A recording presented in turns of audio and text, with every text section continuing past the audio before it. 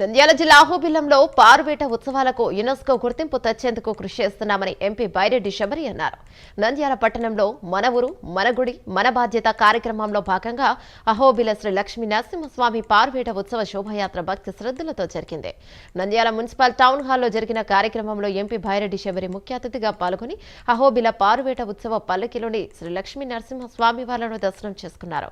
ప్రపంచంలో ఎక్కడా లేని విధంగా అపురూప ఉత్సవం అహోబిలంలో జరుగుతోందని అన్నారు. అహోబిలేశుడు తన కళ్యాణంకు రావాలని 33 గ్రామాల్లో 45 రోజులు తిరిగి భక్తులను ఆహ్వానించడం ప్రపంచ చరిత్రలో అరుదైన ఘటనగా అభివర్ణించారు. కాకతీయుల కాలం నుంచి 1000 ఏళ్లుగా ఈ సాంప్రదాయం కొనసాగించడం గొప్ప విషయమని అన్నారు.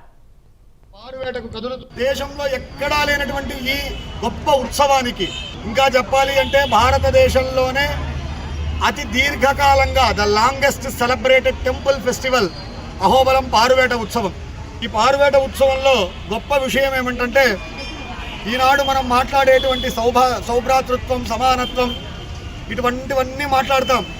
కానీ ఆధ్యాత్మికంగా సమానత్వాన్ని అహోబిల నరసింహస్వామి వారు ఏనాడో మనందరికీ కూడా అందజేశారు.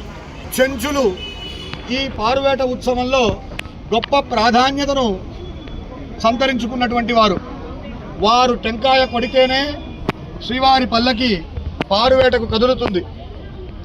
అలాగే రెడ్డి, కరణం, వడ్ల, కమర, గుమస్తా, కొండిగాడు, చాక్